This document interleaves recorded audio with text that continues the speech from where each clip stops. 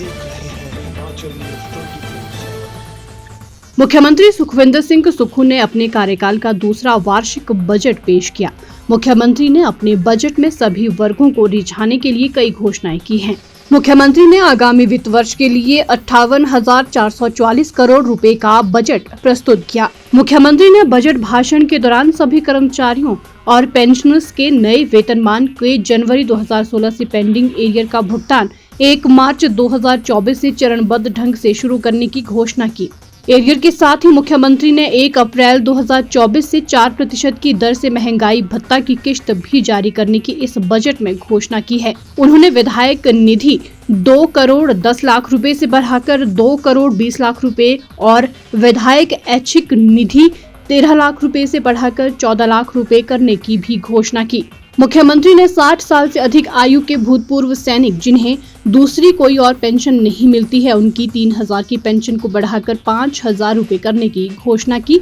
Anganwadi worker के मानदेय में भी बढ़ोतरी की गई है और उन्हें 10,000 का मानदेय देने की भी घोषणा की।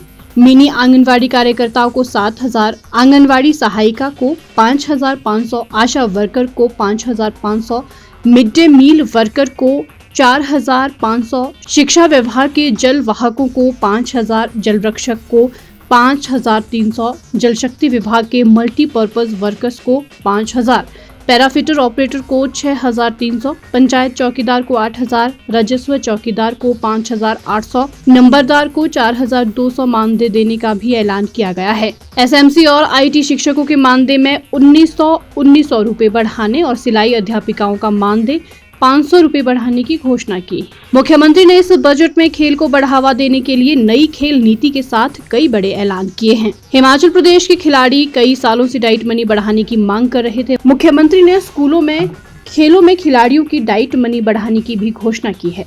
वहीं ओलंपिक्स गेम में गोल्ड मेडल जीतने वाले खिलाड़ियों को 3 करोड़ की राशि को बढ़ाकर 5 करोड़ रुपए करने की घोषणा की। मुख्यमंत्री ने पुलिस कर्मियों की डाइट मनी को भी 1,000 रुपए प्रति माह करने का ऐलान किया है।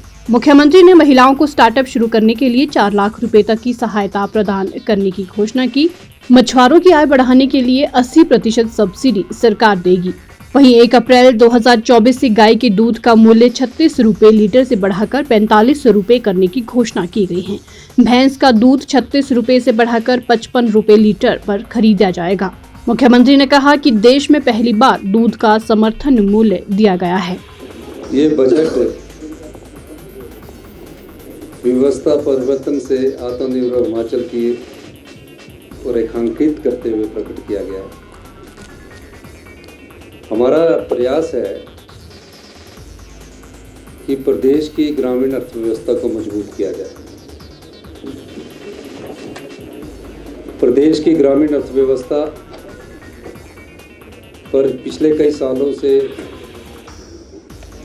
ध्यान नहीं दिया गया।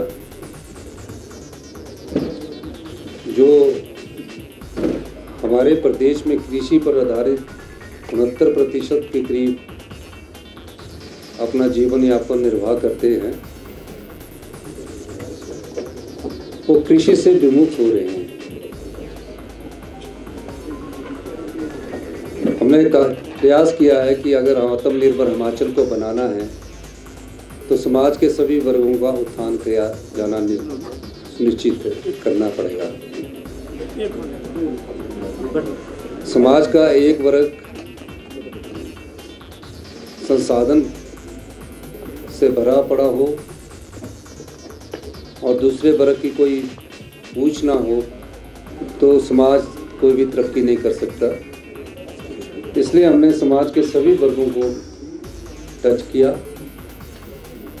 और अपनी अर्थव्यवस्था को मजबूत करने के लिए नियमों में परिवर्तन किया, अर्थव्यवस्था में कानूनों में परिवर्तन किया और एक मजबूत अर्थव्यवस्था की नींव हमने रखी है। पिछले बजट में हमने अपने प्रदेश में और समाज में एक सोच को विकसित किया कि हमें हमारे हिमाचल प्रदेश को ग्रीन राज्य के रूप में उभर कर आना है और उस दिशा में हमने धरातल पर बहुत अधिक कार्य किया। उसके परिणाम आपके सामने कुछ समय में आने वाले हैं। इसमें हमने ग्रामीण अर्थव्यवस्था में कृषि को महत्व दिया है। पूरे देश में जिस एमएसपी के लिए आज किसान सड़कों में दिल्ली में बैठे हैं, हमने अपने प्राकृतिक सौंदर्य और जलवायु को समझा और प्रयास किया कि हमें अपने जलवायु और स्वच्छ वातावरण के अनुसार खेती को बढ़ावा देना चाहिए। इस दृष्टि से हमने कहा कि जो लोग यूरिया का प्रयोग नहीं करेंगे और जो दूसरी खादें हैं उनका प्रयोग नहीं करेंगे, रासायनिक खादों का प्रयोग नहीं करेंगे, जहर मुक्त खादों का जो प्रयोग करेंगे, उसमें हमने 2 चीज़ों को लिया। हमारे यहाँ गेहूँ होती है और मक्का होती है, और शिमला में बागवान हमारे होते हैं। और हमने गेहूं का पहली बार प्रदेश के इतिहास में 40 रुपया मिनिमम सपोर्ट प्राइस को घोषित किया है गेहूं की, और मक्का के गेहूं के भी मिनिमम सपोर्ट प्राइस को 30 रुपये घोषित किया गया।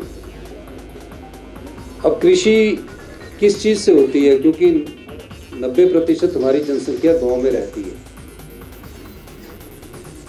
तो हमने देखा कि कृषि का एक अंग पशुपालन भी है, और किस प्रकार प्राकृतिक खेती में जाना है तो उसके लिए गोबर की जरूरत होती है। हमारी सरकार को अभी 14 महीने हुए हैं, और 14 महीने में हमने गाय के दूध में 13 रुपये की वृद्धि की, 32 रुपये से बढ़ाकर इसी वर्ष हमने उसको, जो हम गाय का दूध होगा उसको 45 रुपये खरीदेंगे।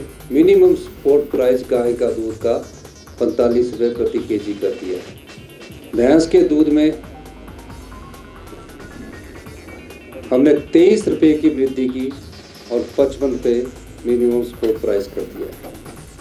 हमने ये पैसा जो हम दुग्ध उत्पादक और किसान को दे रहे हैं, अपनी एक्साइज पॉलिसी में परिवर्तन किया। वो एक्साइज पॉलिसी थी कि जब हमारी शराब के ठेकों की नीलामी होती थी, शराब के ठेकों की नीलामी से हमें रिन्यू कर दिया जाता था। एक समय के लिए तो रिन्यू ठीक होता है, लेकिन कंटिन्यूटी में 3-4 साल के लिए रिन्यू कर दिया गया और उससे आय कम होती थी। हमने उसको ऑक्शन किया, जो रिन्यू करके 130-40 करोड़ रुपए की आय होती थी, जब हमने ऑक्शन किया तो 40% की उसमें वृद्धि दर्ज की गई और 140 करोड़ से वो 359 करोड़ रुपया हो गया, 359 करोड़ रुपया हो गई। और हमने देखा कि हमने उस पर 10 रुपये का मिल्क सेस लगाया। पिछली सरकारें कभी हिम्मत नहीं कर पाई कि कोई सेस लगाया जाए, कोई वो लगाया जाए, पर हमने किसान और दुग्ध उत्पादक के लिए सेस लगाया और हमें अनुमानित है कि 116 करोड़ रुपया हमें 31 मार्च तक मिल जाएगा, जिसमें से 85 करोड़ रुपया आ चुका है। अब ये पैसा उनका है और इस तरह हम कृषि आधारित ग्रामीण अर्थव्यवस्था को मजबूत करने के लिए आगे बढ़े हैं। दूसरा, इसका परिणाम अभी हम इसको लागू 1 मार्च 2024 से ही कर रहे हैं। फिर ग्रामीण अर्थव्यवस्था कैसे आगे बढ़े, हमने पूरा स्टडी किया, पूरा अध्ययन किया।